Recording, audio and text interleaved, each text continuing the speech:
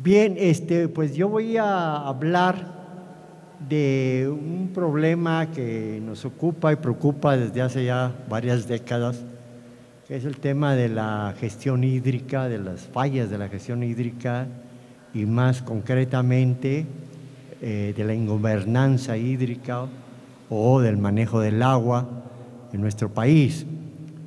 Creo que este tema tiene múltiples aristas, facetas. Quiero hablar de cómo el concepto de ingobernanza nos lleva a una multiplicidad de criterios, de enfoques y de disciplinas que deben de intervenir para explicar este fenómeno de la crisis hídrica que padecemos, que como dice la OSD,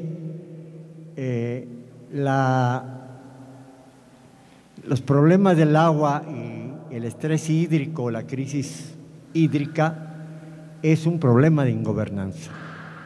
Entonces yo quiero un poco definir, digamos, esta categoría que me parece muy importante como marco analítico y preguntándonos, crisis de gobernanza. De entrada, ¿existe la gobernanza en México? ¿De qué crisis podemos hablar si no hay gobernanza en sí? Pero sí hay gestión hídrica, buena o mala, eso sí, de entrada. Entonces tenemos que ver esta presencia de la crisis, la multiplicidad de criterios, y otro aspecto que deberíamos de considerar en nuestra discusión es la percepción errónea de que existe riqueza y abundancia del agua en nuestro país. Esta es una falsa percepción. Y paradójicamente, como el tema es de la ciudad sostenible o sustentable o insustentable, para mí son sinónimos, sostenible y sustentable, voy a empezar por el final. Es decir, voy a empezar con una de las conclusiones a las que arribamos, que es la siguiente, que se refiere particularmente al caso de digamos, de la problemática de la Ciudad de México. En general, la mayoría de las grandes ciudades del país son altamente insustentables en términos del acceso, disponibilidad de todos los recursos naturales, particularmente del agua. Alimentos, provisión de recursos y también de un alto índice de consumo del ambiente. Propuestas y soluciones múltiples, no unívocas, podrían ser las siguientes: reducción del crecimiento demográfico. Recuerden que estoy empezando con lo que derivan mis conclusiones, y yo creo que es importante para que tengan ustedes como elementos de juicio para todo lo que se va a señalar enseguida. La reducción del crecimiento demográfico, de las nuevas construcciones, descentralización y regionalización del gobierno federal, educación ambiental, establecimiento de sistemas tarifarios para cobrar el agua, sea lo que se refiere a la valoración económica, incorporando criterios tanto económicos como el ecológico y ambiental, reducción drástica de fugas. Este es un tema apasionante y determinante. Mi hipótesis, bueno, y por último, digamos, la inversión en infraestructura y establecimiento de plantas de tratamiento de aguas residuales, que hemos estado muy rezagados durante los últimos 20 o 30 años. Desde el gobierno de Cárdenas no se ha establecido una nueva planta de aguas residuales en esta ciudad. La idea aquí es que mientras la Ciudad de México importa o extrae de lugares lejanos el recurso hídrico, lo importa, digamos, de más de 100, 120 kilómetros de distancia del sistema del Lerma Cutzamala, el 35% de todo el agua que se introduce se escapa en fugas, en redes primarias y en redes secundarias. Si nosotros redujésemos, es imposible trabajar sin fugas, como es imposible vivir sin contaminación, es decir, no hay contaminación cero, pero sí podemos llegar a óptimos en estos aspectos. Un óptimo de reducción de fugas obviamente está entre el 5 y el 10%, que las mejores ciudades, digamos, sustentables en este aspecto europeas, podríamos hablar de Dinamarca, de Alemania, de Suecia, etcétera, tienen un índice de fuga no mayor del 15%. Eso sería un paso gigantesco, que la Ciudad de México redujera la mitad del actual 35% de fuga. Y con eso no tenemos que preocuparnos por el problema, digamos, de la escasez inducida. Bien, la buena gobernabilidad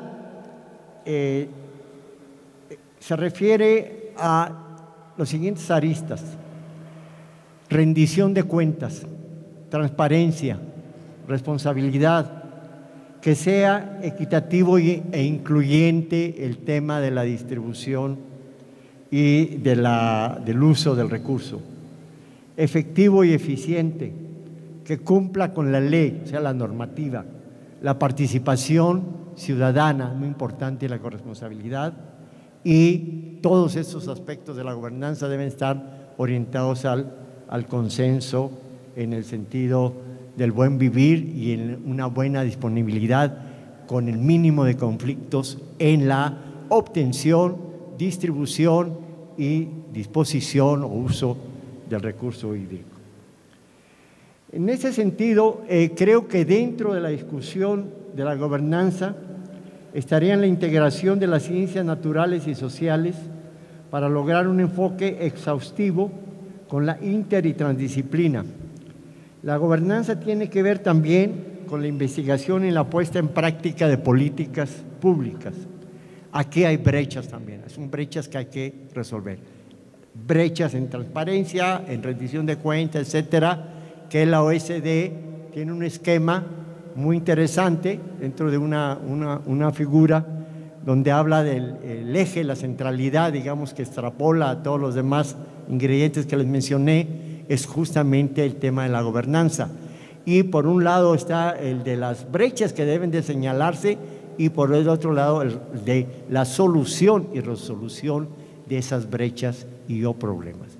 Entonces, por eso es importante el conocimiento de la problemática y de sus orígenes, sobre todo. En este sentido, para buscar la sustentabilidad de las políticas económicas y de desarrollo, donde los temas de la pérdida de biodiversidad, la vulnerabilidad humana frente al cambio climático y los problemas del agua, incluyendo el del ciclo hidrológico, tanto al nivel geográfico, social e institucional, son asuntos que deben formar parte de la agenda de todo buen gobierno. La gobernanza expresa también la necesidad de identificar, explorar y superar aspectos metodológicos derivados de los enfoques ya mencionados, los disciplinarios y multidisciplinarios. Es decir, hay enfoques que pueden ser muy limitados frente a visiones y métodos que tienen como fondo y objetivo la inter y transdisciplina, para que la necesidad de superar las simples sumas lineales o mecánicas en el razonamiento y en el conocimiento de las propias disciplinas, porque luego estas pueden ser una camisa de fuerza del propio conocimiento. Por eso la multi y la interdisciplina tienen que ir al auxilio de las disciplinas o de los enfoques particularistas. Es decir, se trata de lograr avanzar en la teoría y prácticas de las políticas de sustentabilidad social y de los ecosistemas. En consecuencia, la gobernanza para el desarrollo sostenible comporta cambios en la cultura política. La participación, la información, la corresponsabilidad, la rendición de cuentas y el consenso ya que he señalado figuran entre los más importantes aspectos y criterios que son importante caracterizarlos y ubicarlos en su justa dimensión. Es decir, se trata de que la gobernanza sirve, aparte de descubrir, digamos, esas brechas, el hacer propuestas expeditas, proactivas, para superar esas brechas y poder reducir el conflicto por el agua. Tengo que decirles que de los 600 y pico de conflictos medioambientales ubicados en el país, digamos, en los últimos años, casi la mitad de ellos corresponden al tema hídrico. Es un problema muy importante que tenemos que considerar. En esto se trata de que un proceso político que sea legítimo tiene que ofrecer propuestas viables, adecuadas, y que puedan estas garantizar la eficacia de las propias decisiones que se toman en asuntos de importancia colectiva. Por otro lado, la perspectiva intergeneracional que comporta la filosofía y espíritu del desarrollo sustentable incorpora una escala espacial, temporal, más amplia dentro de la planificación de las actuaciones políticas. Más adelante hablaremos un poquito del problema de la planificación. Algunos autores señalan que no es posible conseguir una correcta gobernanza sin pasar de una política centralizada a otra policéntrica, que no es sinónimo de centralizada, ya que la transición hacia el desarrollo sostenible requiere cambios en la cultura política, administrativa y cívica para pasar de las políticas reactivas o paliativas a las proactivas y preventivas, es decir, no a las políticas remediales, que es generalmente de lo que se ocupa. Es decir, de la inercia, de que los problemas no rebasan y ya lo único que hacemos es entrar para mitigar o remediar los problemas provocados, entre otras cosas, por el propio crecimiento económico. El concepto de la gobernanza del agua se acuña y establece desde hace casi 2 décadas, puntualmente desde la conferencia de Río Plus 20 en el 2012. No obstante, en la mayoría de los autores mexicanos y en los estudios sobre la problemática hídrica y sus conflictos durante el periodo, señalado de los últimos 10, 15 años, prácticamente está ausente el concepto de gobernanza, refiriéndose, en el mejor de los casos, a la gobernabilidad, que no es lo mismo, gestión y manejo integral de recurso agua. Quizás, excepción a lo anterior, es la oportuna monografía colectiva encabezada por la doctora Judith Domínguez del 2012, donde se hace un posicionamiento en México para la problemática de la gobernanza del agua.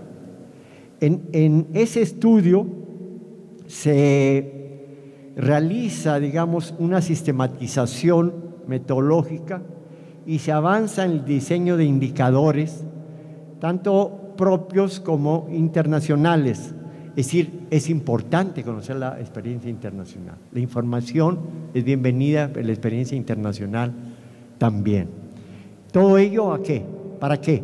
Porque debemos operacionalizar la complejidad sistémica de la gobernanza hídrica en nuestro país, y la operacionalización, los indicadores, las variables nos sirven para aterrizar y tratar problemas, digamos, de una complejidad vastísima, pero de manera detallada y puntual.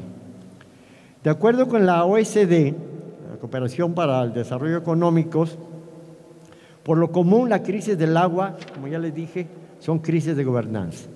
Y en ese sentido, ellos proponen esta esfera de que, los que tengan buena vista la verán. Por el lado izquierdo están aquí los parámetros o criterios que yo señalé: el de rendición de cuentas, el de la buena administración, el de la información, el de la brecha de políticas. Todas estas son brechas. Entonces se trata de diagnosticar cuáles son las brechas de esta flecha para adelante y al mismo tiempo hacer propuestas para la solución y superación de las mismas. ¿Cómo gobernar las aguas turbulentas? Y la importancia de hablar de desarrollo sostenible y de la sustentabilidad de los beneficios que ello acarrea. O sea, no podemos ya pensar en un crecimiento si no está orientado hacia la conservación y la mejor utilización de los recursos naturales cada vez más escasos, sobre todo los de orden crítico.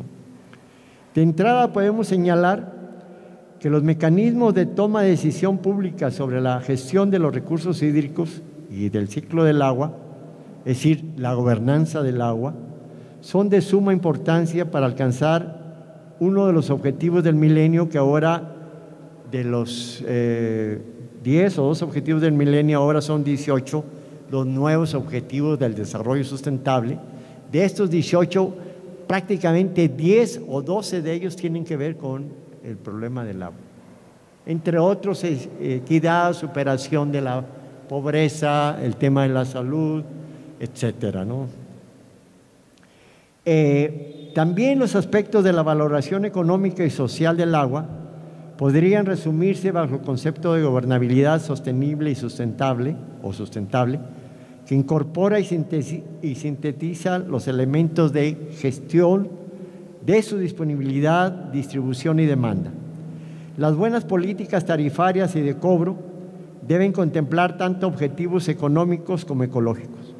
En primer lugar, parecería una verdad de perogrullo el que todos debemos pagar por el agua, de acuerdo a volúmenes de consumo, que son al mismo tiempo niveles de contaminación, y en segundo término, según sean las posibilidades y capacidades económicas de los usuarios. El agua pasa a convertirse así de un bien general, público, para atender las necesidades de todos a nivel privado o individual, y a un derecho fundamental donde la desigual distribución del mismo, de este recurso, su mal cobro y peor pago, estarían afectando de manera particular a los usuarios físicos y humanos. Es decir, las inversiones o cuidados o pagos que no se hagan hoy por el agua o por la infraestructura hídrica nos costarán muchas veces más el día de mañana, con el agravante de que quizás el recurso ya esté, agotado de una manera prácticamente irrecuperable. Esta idea de que se tenía del agua de un recurso renovable ya no es cierta, o no es totalmente cierta. Aunque sea la misma precipitación hídrica de hace 2000 o 3000 años, etcétera, el problema de la contaminación de los mantos freáticos, de las aguas subterráneas, aquí es crucial para entender que ya no hay renovabilidad igual a lo que nosotros perseguimos, porque están contaminados por el tema de las descargas de aguas residuales, de la basura, del mal uso de las fuentes de agua, de los cuerpos, etcétera. Entonces, todo eso nos lleva a ver el problema de que estamos haciendo un mal uso del agua, no solo por el cobro, las malas tarifas, sino también inclusive una política que funcionó en los 70 y 80 y que ahora más no es viable, es el de la política ofertista. De cada alguien que dice, oye, teníamos 100 litros, pero éramos 10 gente, ahora somos 20, necesitamos 200 litros, ya no hay agua. A ver cómo se las apañan para que alcancen los 10 litros para todos. Tenemos que conservarla, cuidarla, etcétera. Entonces, el tema del ofertismo no funciona. Entonces, tenemos que trabajar por el lado de la demanda. Es muy importante, de la demanda y del control de los consumos. Y parte del control de los consumos y de modificación de prácticas insustentables es una buena tarifa. Entonces, ahí ya entran estas políticas tarifarias que son parte digamos, sustantiva de una buena gestión y una buena gobernanza del recurso. La idea que subyace en lo que estamos exponiendo y que queremos subrayar es que todo aquello que no valora correctamente la sociedad, ningún precio ni mecanismo de mercado va a poder sustituir ni compensar ese comportamiento erróneo que prioriza el bienestar humano sobre la salud y bienestar de los ecosistemas. Y en eso, así hemos vivido, y así es una cultura, digamos, del consumo, a veces del derroche, el suntuario, etcétera, ¿no? De la no previsión.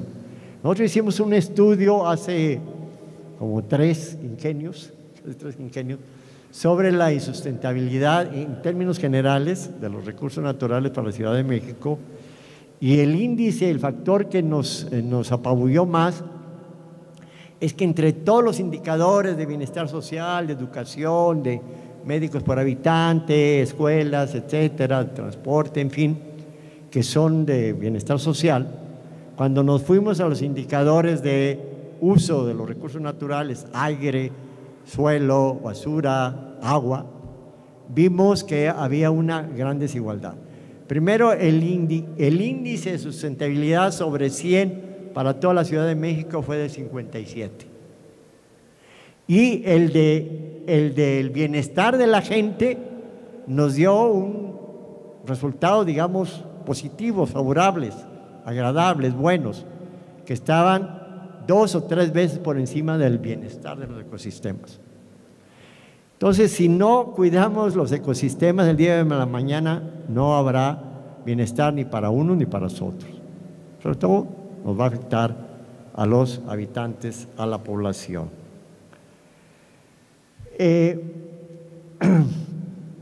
Tenemos que rebasar, digamos, el concepto, digamos, de la utilidad material o monetaria, donde el agua debe ser justamente apreciada o valorada por ser el producto más importante de la naturaleza, sin la cual la vida no existiría. El tema de la disponibilidad de recurso hídrico tiene que ver con el volumen de precipitaciones pluviales anuales y el régimen de lluvias. Su captación va a depender del buen estado de los cuerpos receptores, de las escorrentías y de la infiltración natural y o artificial para el caso de la alimentación de los mantos freáticos y aguas subterráneas. Vale decir, de su conservación en el largo plazo. Otro punto que debemos destacar es que la distribución se deriva no solamente de la disponibilidad natural por regiones y cuencas, sino que básicamente se refiere a la organización de la oferta hídrica que ya señalamos, su suministro y abastecimiento por sectores donde la escasez del agua obedece más a comportamientos y formas de consumo sociales que a causa físico-naturales. A su vez, la oferta y demanda constituyen dos de los problemas centrales de la administración y gestión del agua, de su buen o mal uso, tanto en términos naturales como sociales. Los aspectos de la valoración económica y social del agua podemos justamente resumirlos bajo el concepto de gobernabilidad sostenible o sustentable, y que sintetiza, digamos, los puntos que ya señalé, que son las buenas políticas tarifarias de cobro y el atender los aspectos no solamente económicos, sino sobre todo ecológicos, también ecológicos. La mayoría de los organismos operadores del agua en el país, la gran mayoría, si no es que el 100%, para establecer las tarifas hablan de un costo económico, de un costo de operación que se refiere a los costos, digamos, de extracción, de transportación, costos de energía, de distribución, de comercialización, etcétera, etcétera. Y ahí se quedan. Llegan a 10 pesos por metro cúbico y ese es como su objetivo, cobrar esos 10 pesos por metro cúbico. Y yo voy y le señalo, oiga, ¿y los costos ecológicos? Por contaminación, por reinserción en los mantos freáticos, que es lo que tenemos que hacer. Un agua contaminada, antes de que llegue a los cuerpos de agua, antes de que se descargue, debe ser atendida y establecer plantas de tratamiento de cualquier nivel o capacidad en sus trenes, digamos, de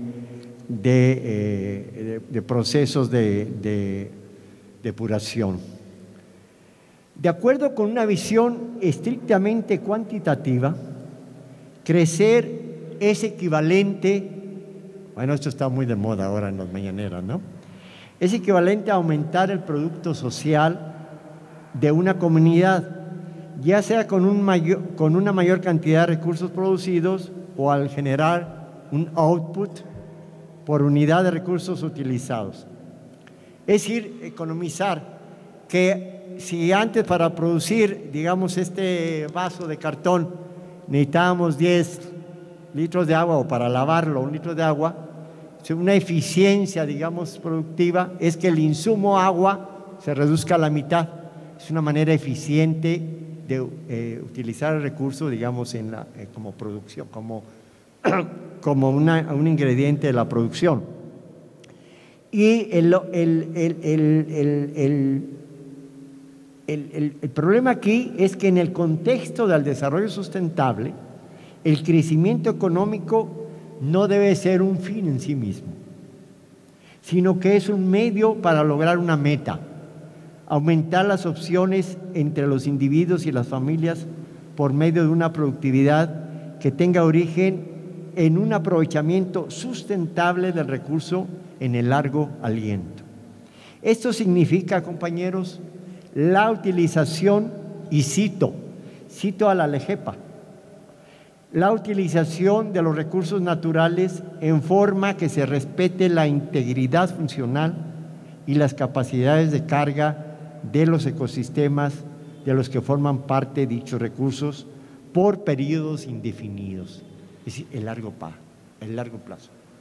O sea, aquí el principio de precaución, el principio precautorio y de previsión debe ser prioritario por encima de los otros, que tiene que ver el que una vez ha ahogado al niño a tapar el pozo, o sea, que es lo reactivo. Irnos más a lo proactivo que a lo reactivo o remedial.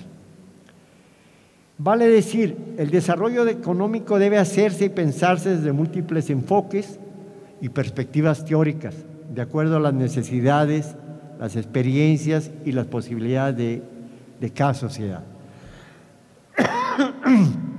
¿Cuáles serían estas? Infraestructura económico-financiera, de recursos humanos y naturales. En todo caso, y desde cualquier punto que se analice el tema, la variable económico-ambiental es insustituible para evaluar no solo cuánto crecimiento, sino sobre todo la calidad, ritmo y tipo de crecimiento que necesitamos. Es decir, compañeros, que más que el tamaño del pastel, importa cómo se produjo y hornea este. Yo recuerdo mucho, porque yo soy de Monterrey, el Grupo Monterrey, los empresarios de ahí tan famosos, sobre todo en los 80, 90, 70, 90, ahora están como un poco en retirada, vendiendo empresas y todo, FEMSA, en fin. Yo recuerdo que me decían de chavalo, oye, no, espérate, no pidas más, tenemos que producir primero el pastel y después de ahí vemos cuánto te toca el pie del pastel. Y dentro del criterio de la economía ecológica no importa tanto el tamaño del pastel, sino cómo vamos a producir ese pastel, cómo lo vamos a hornear.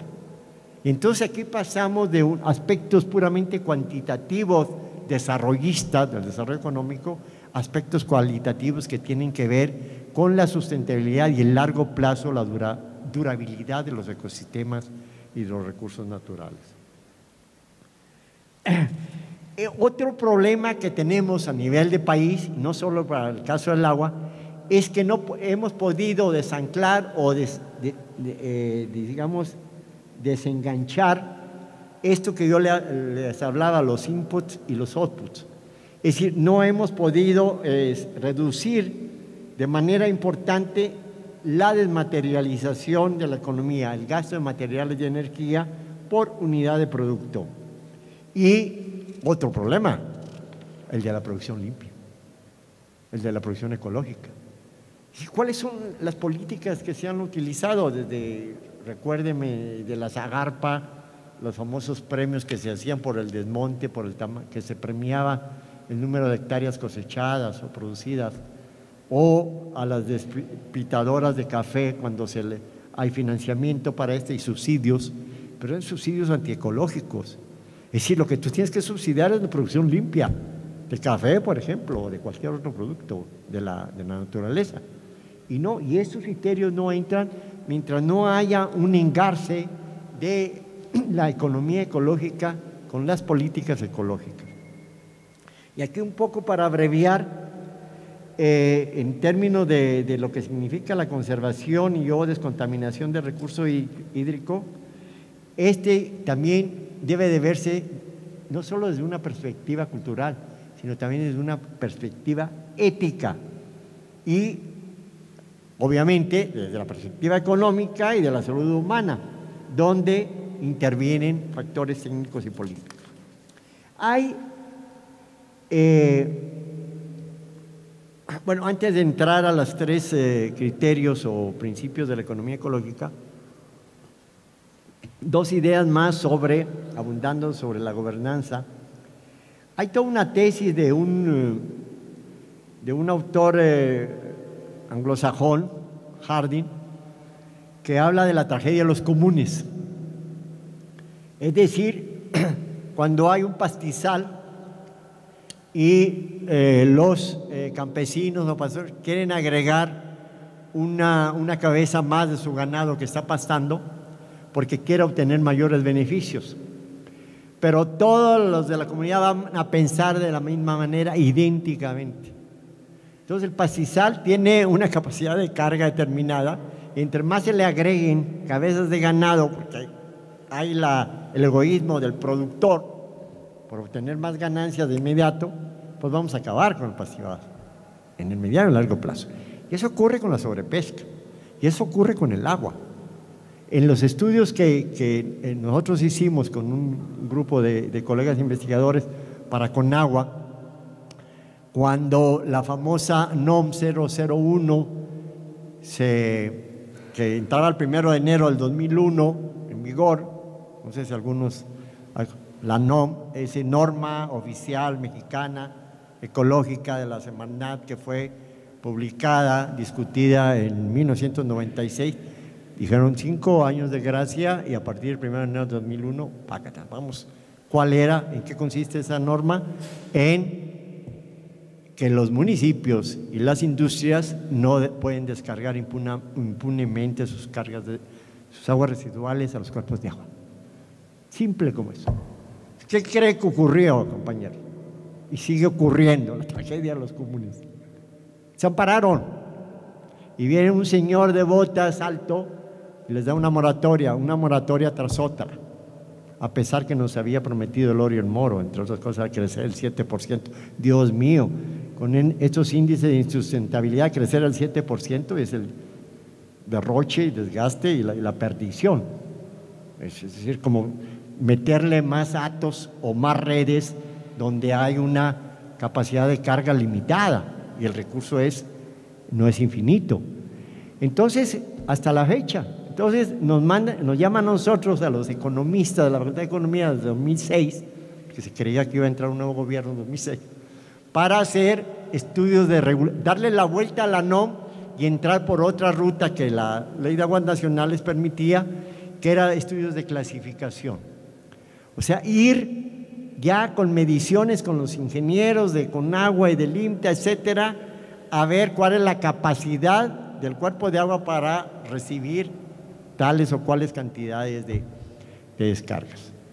Y ahí estuvimos como 10 años trabajando, uno tras otro, 12 cuencas hidrológicas. Empecemos con la de Coatzacoalcos, la del río Atoyac, aquí la cuenca del Pánuco, empezando con el río Tula, etcétera. No. Y de esos 2 estudios que me constatan, que los realizamos nosotros bajo mi responsabilidad, ¿saben ustedes cuántos fueron publicados en el diario oficial? Es decir, cuando ya era de obligatoria responsabilidad para que se cumpliera la ley. A ver, levanten la mano. De 12. 2, exactamente 2. El del río Toyá, que sigue, no, es una cloaca, y el del Coatzacoalcos, justamente cuando estaba el gobernador chaparrita, Fidel Herrera. Cuando hizo, bueno, entonces esta es la tragedia de los comunes, es decir, nosotros con singular alegría, de una manera impune, seguimos contaminando nuestros ríos, nuestros lagos, nuestras lagunas, las zonas costeras, etcétera. Y eso, francamente, hay que pararlo, pues, y cuanto antes. Entonces tenemos que en la mayoría de estos cuerpos de agua están el acceso indiscriminado, como el acceso indiscriminado a los pastizales. Y esta es la metáfora que yo utilizo. Primero, la extracción, muchas veces indiscriminada y sin control. Segundo, con descargas de aguas residuales tanto de las poblaciones limítrofes como de las industrias y empresas hacia los cauces de los ríos. Tercero, por el vertedero de basura y residuos sólidos a los cauces y cañadas. Cuarto, con la sobrepesca. Y por último, la afectación a la cobertura vegetal, tanto ribereña, o la riparia que le llaman, como de la cuenca alta de la zona forestal, de las zonas boscosas. La Comisión Nacional del Agua ha señalado que la agricultura, la deforestación y el manejo de basura son responsables del 70% de la contaminación de los recursos hídricos. Ni más ni menos, esos 3 factores. Ahora, pregúnteme qué porcentaje de nuestros recursos de aguas superficiales, que son los que mejor se miden, tienen agua potable, digamos, limpia, que tú puedas ir a la fuente, al manantial y beber agua de ahí. ¿Qué porcentaje? Menos del 10%. Los demás, más del 80% tienen algún grado de contaminación. Y un buen 20 o 30 no sirve ni para agua de riego, mucho menos para actividades recreativas, etcétera, para pesca, mucho menos no.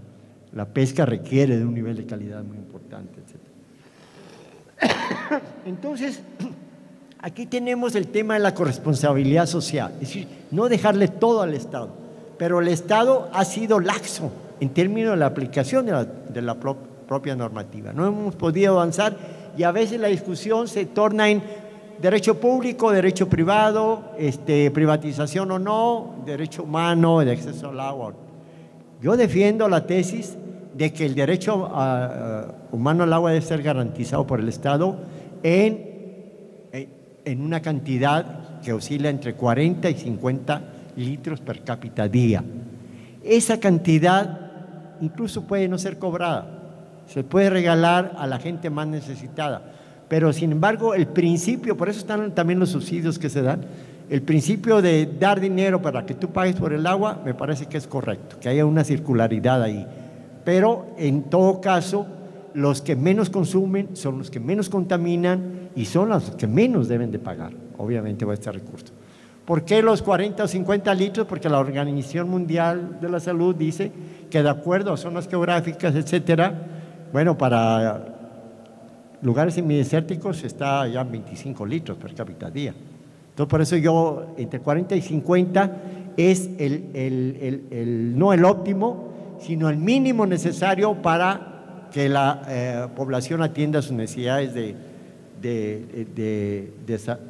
bebida y de sanitarias y de preparación de alimentos e higiene. Veamos, perdón, ¿cómo andamos de tiempo por ahí? ¿Dónde está mi moderadora? 5 minutos más, 6. 10, bien, 10, son demasiados, pero bueno, déjame ver en qué los ocupo.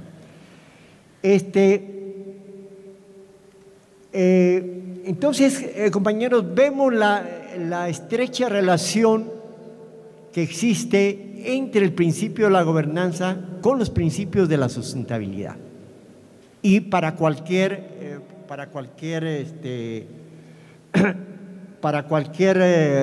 recurso, no solamente el recurso hídrico. Y también el esquema de gobernanza, donde yo le señalaba que lograr los óptimos, procurando un equilibrio entre el bienestar, la satisfacción de las necesidades de la gente, de la población, y la mejor conservación o el bienestar de los ecosistemas.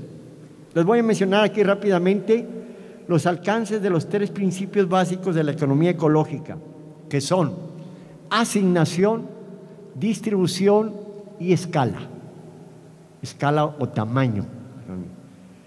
Estos principios que nos ofrece la economía ecológica tienen los fundadores de la economía ecológica, digamos de la década de los 70, tienen una base teórico-conceptual muy fuerte, muy rica, que nos ayuda, digamos, a apoyar el concepto de gobernanza en general y el tema de la gestión integral en lo particular. Esto tiene que ver con el primer principio, el de, ¿cuál fue? Asignación, que invoca justamente Robert Costanza, un escrito de 1999-2000, que dice que la asignación, una buena asignación, es aquella que es eficiente, es decir, que asigna recursos entre usos finales, en conformidad con los precios relativos determinados por la oferta y la demanda en mercados competitivos. Casi no existen estos mercados, pero bueno. De esta forma, mediante la puesta en práctica de políticas ambientales, por ejemplo, de un impuesto ambiental, con las características descritas, se modifica el uso final de los recursos existentes, como son los cuerpos de agua, esteros y zonas costeras, en su calidad de servicio ambiental y de todos los recursos que, al encarecerse, los individuos tienen que responder. ¿De qué manera? Disminuyendo su consumo, hasta que se iguale con su capacidad de pago y la capacidad misma del recurso para regenerarse, digamos. Y en ese sentido, se deben de internalizar los costos ambientales de ese uso. Y esa internalización de los costos ambientales es cuando nosotros le agregamos al costo económico, el valor total del agua, el de los costos ecológicos. El segundo principio, el de la distribución, es muy interesante, muy bello, digamos. Se refiere a la división relativa del flujo de recursos encarnado en productos y servicios finales entre personas alternativas. Una buena distribución, dice la economía ecológica, es aquella que es justa y equitativa. Distribución justa y equitativa. Entre los instrumentos de política que dan lugar a una distribución más justa están las transferencias y los impuestos. Así, mediante los fondos recaudados por la aplicación del impuesto ambiental, por alteración de la calidad del agua o del aire, yo aquí le agregaría esto, muy importante, porque aquí le estoy mandando un mensaje de la importancia que puede tener el impuesto a la tenencia vehicular. Este es el principio de por qué si tenemos que cobrar un impuesto a los que más contaminamos, a los que tenemos 2, 3 autos, bueno, uno, y derivar ese impuesto o esa recaudación no como una carga impositiva stricto sensu, sino para beneficios ambientales, que es reforestación, calidad de gasolinas, calidad de vialidades, etc. Este principio de distribución justa es aplicable al tema de la tenencia. Yo no sé por qué la población no lo acepta y los políticos en aras de ganar votos y clientela electoral dicen, no vamos a cobrar tenencia electoral, wow, no va a haber tenencia esta, ¿no? Todo el mundo empieza y vota por ellos, es lo peor que puede hacer uno. Pero eso es por no tener buena información de cómo sí se pueden usar los impuestos ambientales para mejorar la calidad del agua o en este caso del aire. Tenemos el tercer principio. ¿Cuál es el tercer principio? A ver. El de la escala, exactamente. Yo sí con mis alumnos así los trato. Principio de la escala. En la escala se maneja el volumen físico del rendimiento, así como el flujo de materia, energía, que va desde el medio ambiente como materias primas de baja entropía y de regreso al ambiente ya como desperdicio o como una materia de alta entropía y de energía disipada o degradada. Por eso es importante, cuando hay por ahí unos economistas locos o hidrólogos que en los 80 decían, oye, cuando te laves los dientes deja correr el agua, no hagas lo que otros hacen en un vasito o poquita, no la ahorres, porque esa agua que tú dejas de correr, en última instancia, de acuerdo al ciclo hidrológico, va a infiltrar y va a ayudar a la agricultura y a los mantos freáticos. Ah, sí, pero se olvidaron del problema de la energía. Es decir, lo que cuesta traer el agua, jalarla, es energía exosomática. Y si tú no agregas ese factor, es decir, supongamos que esta parte de la ecuación es cierta, es correcta, de que el agua en el ciclo hidrológico te va a reciclar de alguna manera, pero no cuando nosotros metemos el tema de la energía disipada, que es energía altamente contaminada, o sea, las emisiones de CO2, por favor, etcétera. Entonces, en ese sentido, mediante la aplicación de un impuesto ambiental, otra vez ecológico, se intenta por un lado eficientar y ahorrar el uso del recurso hídrico y de la energía, disminuyendo así el grado de entropía, y por otro, buscar la conservación del servicio o servicios ambientales que proporciona el río al aplicar los recursos en infraestructura y a la mejora de calidad de agua y de la cuenca, de modo que sea sustentable perdurando a lo largo del tiempo. Entonces, de estos tres principios de la economía ecológica, por cierto, los dos primeros principios los usa la economía neoclásica, la economía ambiental neoclásica. El de la asignación, de la distribución no tienen problemas, pero el de la escala sí, el tema de la escala. Y lástima que AMLO en sus mañaneras no incluya este principio de la escala, porque la gente ya haría menos rabieta de que no estamos creciendo, etcétera. Un crecimiento cero puede ser un crecimiento sustentable, es decir, apañarnos con los recursos que tuvimos el año pasado, en términos de ingreso y en términos de calidad, nivel de vida y de distribución de nuestros recursos. O sea, para eso debe de servir, digamos, bueno, hay muchas críticas en términos del aspecto que se refiere a la austeridad. Algunos dicen, esa maldita austeridad. Bien entendida, la austeridad nos debe de conducir hacia un bienestar distribuido para la mayoría, mejor distribuido, eficientización de los recursos y disponibilidad del mismo en el mediano y en el largo plazo. Así deben ser. Y ahora sí, conclusiones. Ya terminamos con los últimos 5 minutos. Bueno, aquí en términos de los servicios ecosistémicos, que no nos vamos a poder detener en ellos, el pago de impuestos, no de impuestos, sino pago por servicios ambientales, les voy a dar una noticia que está dentro de las tragedias, digamos, de que estamos aquí enumerando. Hay muy pocas cosas que celebrar y muchas que lamentar, infortunadamente. Estudiosos, bueno, estoy hablando de más de 1000 científicos, se han reunido y han sacado un documento hace varios años, donde ellos ubicaron 9 elementos o factores de recursos naturales de tipo crítico, que dicen que cuando se rebasen los umbrales de estos 9 recursos naturales, ahora sí, aunque no creas en ella, hay que irse a peregrinar a Chalma. 4 de esos 9 recursos han rebasado ya o han llegado a la techa o barrera, digamos, del momento crítico. ¿Cuáles son estos? Pues el cambio climático, el primero. 2, pérdida de la biodiversidad. 3, cambios en los usos del suelo.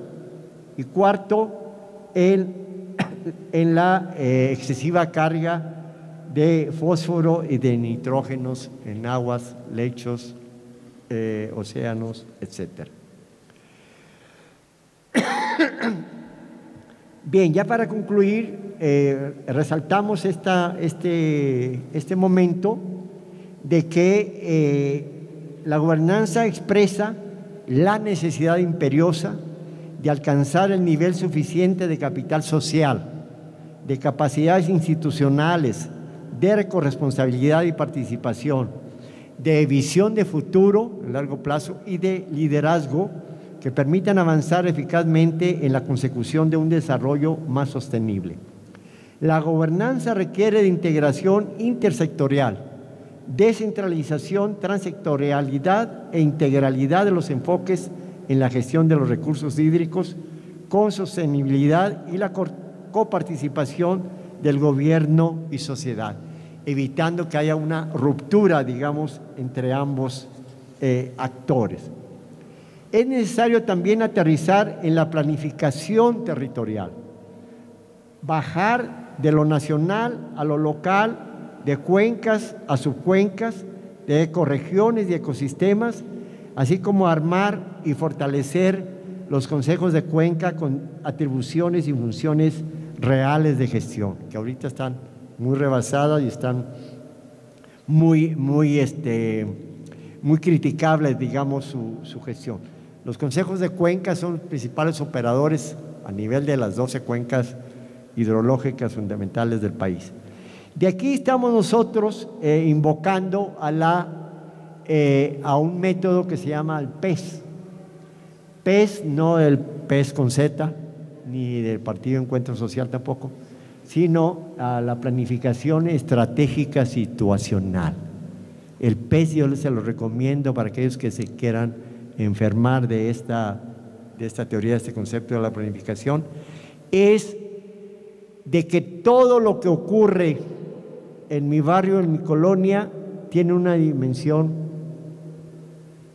general, universal, espacial, temporal, que importa y que afecta a todos los demás.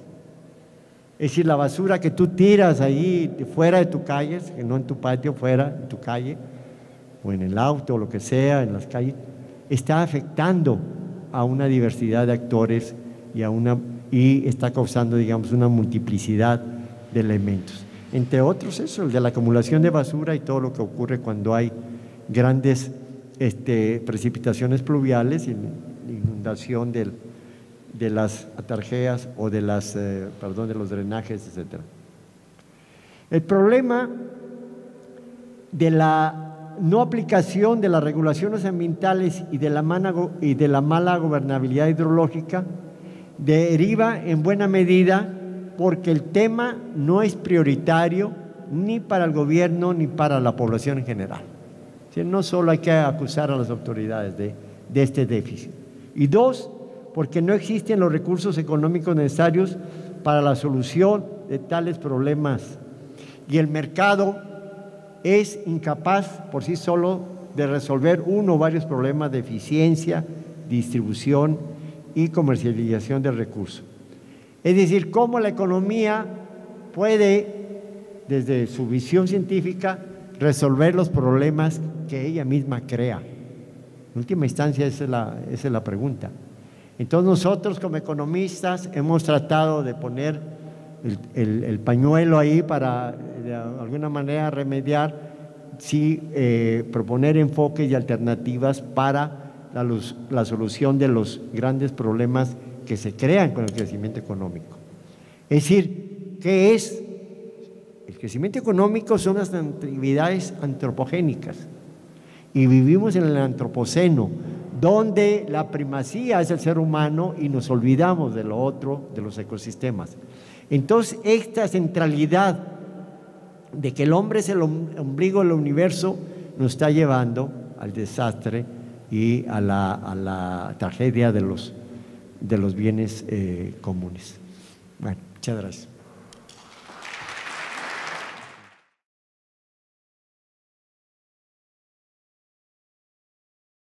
Programa Universitario de Estudios sobre la Ciudad les agradece su participación.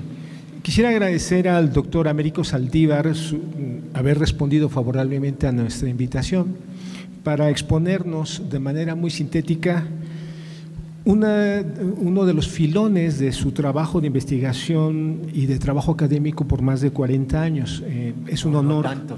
Es un honor tenerte aquí. Del 92 para acá. Bueno. No es tanto tiempo. Muchas gracias, Américo, por venir. Gracias.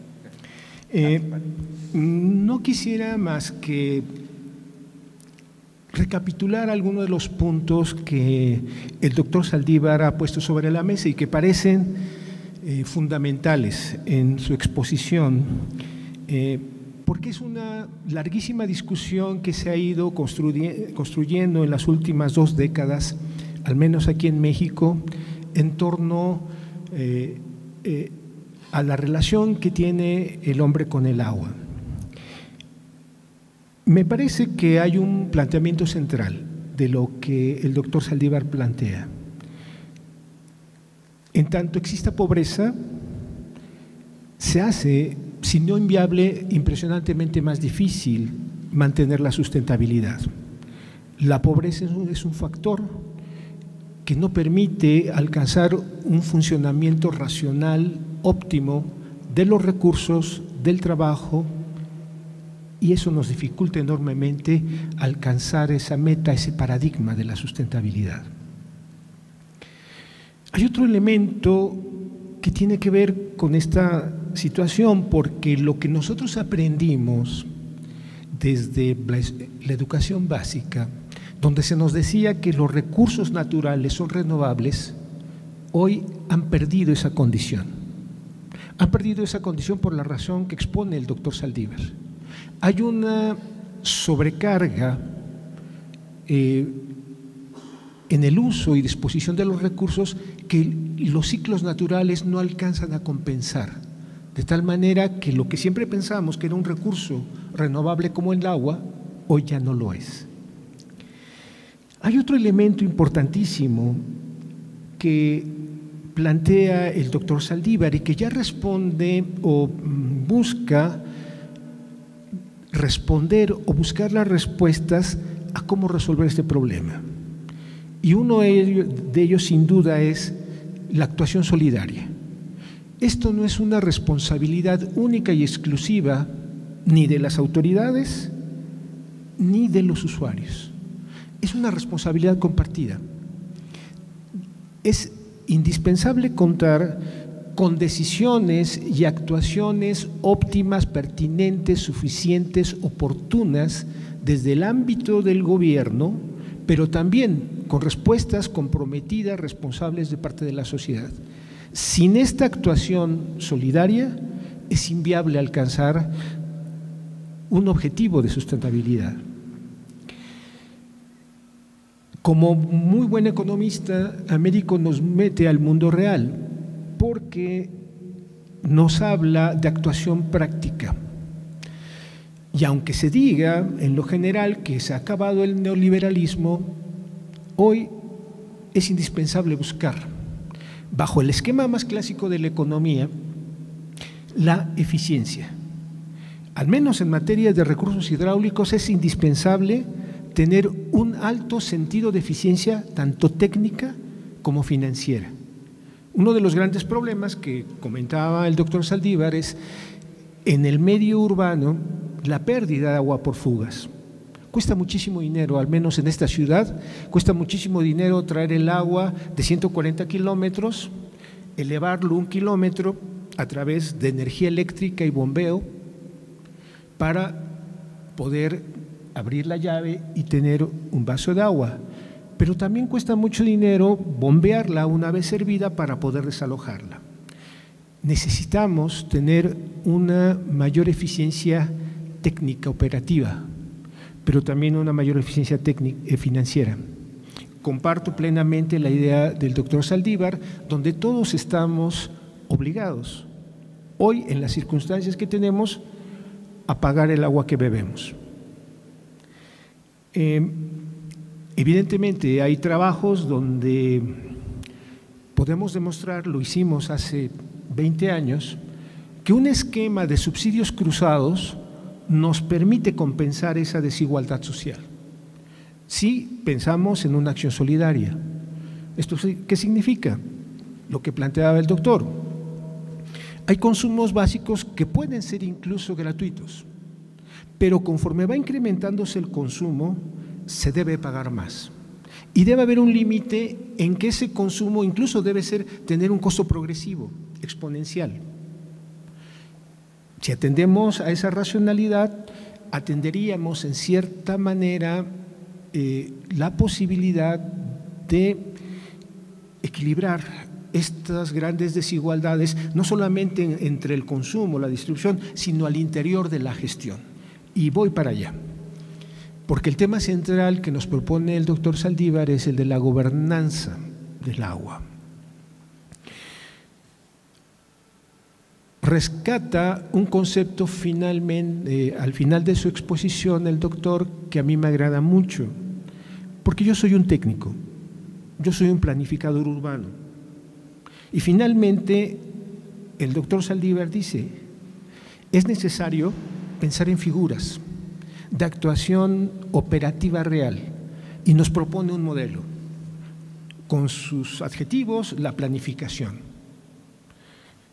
Y qué sorpresa, en un mundo neoliberal, predominantemente neoliberal, hablo del mundo en general, la planificación sigue siendo un instrumento poderoso de intervención, con el calificativo que ahora nos plantea el doctor Saldívar, que es la planificación estratégica situacional.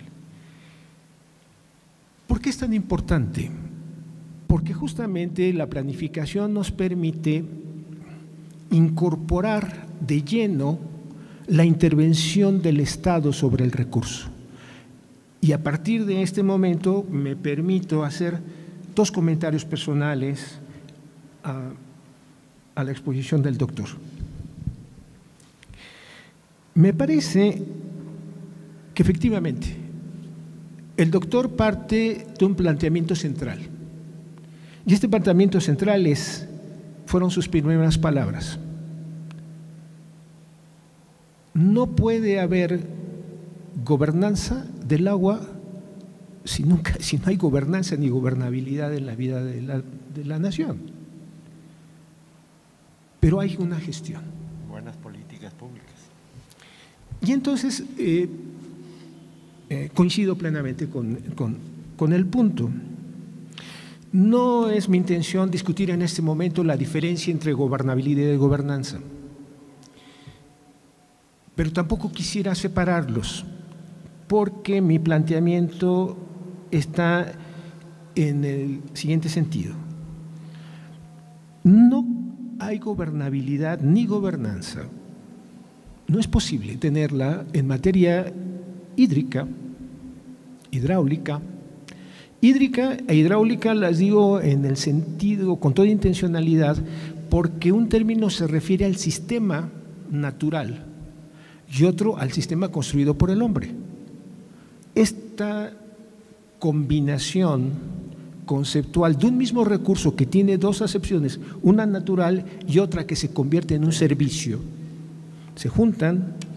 Esta gobernabilidad-gobernanza no es posible debido al diseño institucional que tenemos en México y que es muy difícil de cambiar. ¿Por qué es tan difícil? Porque la competencia sobre los recursos hidráulicos están fundados en uno de los principios fundamentales de nuestra estructura institucional, consagrados en el artículo 73 de la Constitución. El agua es un recurso de la nación. es un recurso soberano, es un recurso de todos los mexicanos. Y quien tiene la competencia de este recurso es el Poder Ejecutivo Federal, nada más. Pero tenemos un serio problema, porque la responsabilidad también constitucional, señalada en el 115, nos dice que es responsabilidad exclusiva de los gobiernos locales convertir ese recurso natural en un servicio urbano. Y entonces tenemos un desfase, un desajuste entre una competencia de orden federal y una operatividad de orden local.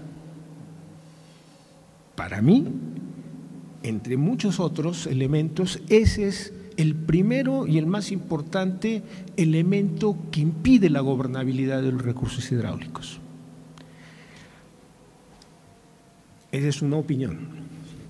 Por otra parte, y ese es mi segundo comentario, se refiere nuevamente a esta concepción que no todo el mundo la tiene clara, que este recurso es al mismo tiempo un recurso natural, un bien económico, un servicio urbano, un elemento indispensable para la vida y una obligación de los gobiernos proveerla. Todos esos elementos están concentrados en su esencia. Y además, siguiendo a los abuelos, Marx lo decía con absoluta claridad. Este es un bien que por sus condiciones es una mercancía, es objeto de intercambio, pero es una mercancía sui generis, porque el hombre no la puede producir, porque no tiene sucedáneos, porque no hay nada que la pueda reemplazar este elemento. Y entonces, ¿cómo comportarnos frente a un valor de uso que tiene un valor de cambio? Pues es un problema muy serio. Ese es un problema muy serio para la sostenibilidad, porque solamente es una reflexión general. Para lograr la sostenibilidad del agua en particular, pero en lo general, del entorno natural, de nuestra relación con el medio ambiente, nuevamente, Américo hace un recorrido impresionante, porque en unos minutos nos hace un recuento de muchos años de investigación y nos dice una cuestión. Hay una visión absolutamente antropocéntrica. Pero hay un error en esa, incluso, perdón, Américo, aquí difiere un poquito, hay un error incluso en esa apreciación, porque nos olvidamos de un elemento fundamental, que es que el hombre pertenece a ese entorno natural, es solamente uno más de ese entorno natural. Cuando tenemos, y escucho a la gente apesumbrada, preocupada por el cambio climático, a lo mejor mi planteamiento es un poco extraño, pero pues nos los buscamos, nos los merecemos. La vida va a seguir igual, ¿eh? Los únicos que no vamos a estar somos nosotros, pero la vida seguirá a sus ritmos, los bosques se regenerarán, los mares se regenerarán, la fauna se regenera. Los únicos que no vamos a estar presentes para ver esos somos la especie humana, nos los vamos a perder. Pero quisiera enfatizar en el hecho de que nosotros somos uno más, solo una de los millones de especies que hay en esta biodiversidad. Y para alcanzar la sostenibilidad desde el punto de vista humano, es indispensable resolver este problema que ya nos decía Marx sobre las mercancías, y me parece que el punto es indispensable modificar el modelo, no de los usuarios, no solamente del gobierno, se necesita modificar el modelo de producción, se necesita modificar el modelo de la distribución de las mercancías y se necesita modificar el modelo de consumo. Si nosotros hacemos eso, me parece, es solamente una hipótesis, que estaríamos en una situación donde encontraríamos un alto nivel de probabilidad de revertir el modelo. ¿A qué me refiero modificar la producción? Hoy todo viene en empaques individualizados y es desechable. Hay una persona común que conocemos, Américo y yo, Levi de Green Corner, que comentábamos hace muchos años. En la medida que nosotros sigamos reproduciendo este modelo de producción de elementos de un solo uso desechables, estamos condenándonos al camino donde vamos. ¿Y por qué? Porque hay una absoluta irresponsabilidad o no responsabilidad, no quiero calificar, no responsabilidad jurídica de parte de los productores. Los productores producen cosas desechables, pero no se encargan de su procesamiento ni de su recolección. Si nosotros cambiamos ese patrón, tenemos buena parte del problema resuelto. Si nosotros modificamos el esquema de distribución, no solamente en términos de precios, sino también de logística, seguramente estaremos haciendo un gran aporte a la sustentabilidad. Y si nosotros modificamos nuestros patrones de consumo, bueno, me parece que cerraríamos el círculo y el esquema que Marx proponía en el ciclo de la economía. Muchas gracias, Américo, por estar con nosotros.